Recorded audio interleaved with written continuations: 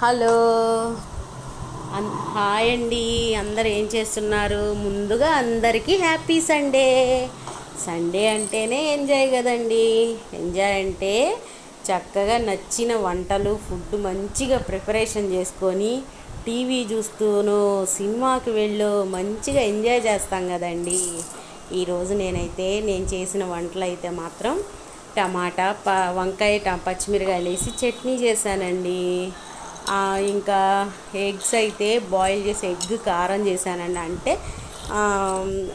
కోడిగుడ్లు కారం చేశానండి. కోడిగుడ్లు కారంలోకి నేనైతే మాత్రం పుట్నాల కారపొడి అయితే చేస్తానండి. పుట్నాల కారపొడి అయితే నేనైతే రెడీ చేసుకుంటున్నానండి. పుట్నాల కారపొడిలో చిన్నులపాయి, జీలకర్ర, ఎండు కొబ్బరి ముక్కలండి. ఎండు కొబ్బరి ముక్కలు, పుట్నాలు, ఉప్పు అన్నీ వేసి కరివేపాకు ఉంటే మాత్రం వేసుకోండి. నా దగ్గర లేదు కాబట్టి నేను వేయలేదండి. కారం అండి, మామూలు మసాలా కారం కాకుండా విడిగా గొడ్డు కారం అంటారు కదండి, అది వేసేసుకొని చక్కగా మిక్సీ పట్టేసుకోవటమేనండి. నేను కోడిగుడ్లు కారం చేసిన,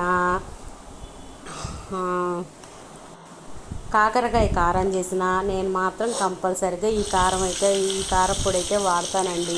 ఈ కారపొడి టిఫిన్లో కూడా చాలా బాగుంటుందండి. ఇడ్లీలో వేడి వేడి ఇడ్లీలో నెయ్యి ఈ కారపొడి వేసుకొని తింటే ఎంతంటే చాలా బాగుంటుందండి.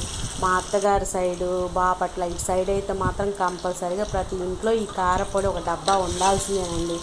ఈ ఎగ్స్ అయితే మాత్రం బాయిల్ చేసి చక్కగా నూనెలో వేయించుకోవాలండి. మంచిగా నూనెలో వేయించుకొని పసుపు వేసి వేయించుకొని ఈలోపు పచ్చిమిరకాయ, పెద్దుల్లిపాయలు, ఆనియన్స్ ముక్కలు కట్ చేసుకొని మంచిగా ఫ్రై చేసుకోవాలండి.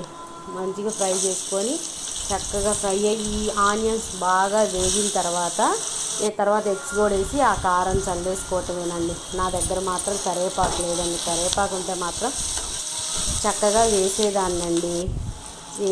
నా ఛానల్లో ఏమైనా మిస్టేక్స్ ఉంటే చూసంత ఎక్స్క్యూజ్ చేయండి. నా ఛానల్ మాత్రం సబ్స్క్రైబ్ చేసుకోవడం మాత్రం మర్చిపోవద్దండి. లైక్ చేయండి, షేర్ చేయండి, కామెంట్ మాత్రం చేయండి. మీకు నచ్చితే, మీకు ఏదన్నా మిస్టేక్స్ ఉన్నా, నాకు తెలియపోయినా ఏ విషయాన్నైనా నేను తెలుసుకుంటాను కదండి. నాకైతే మాత్రం కామెంట్ చేయండి. ఈరోజు నా లంచ్ స్పెషల్స్ అయితే ఇవేనండి. ఇది కోడిగుడ్లు కారం, టమాటా పచ్చిమిరకాయలు వంకాయ చట్నీ, నిన్న మెంతికూర పప్పు ఉందండి. ఆ పప్పు వేడివేడిగా అన్నం అండి. ఓకేనండి, బాయ్.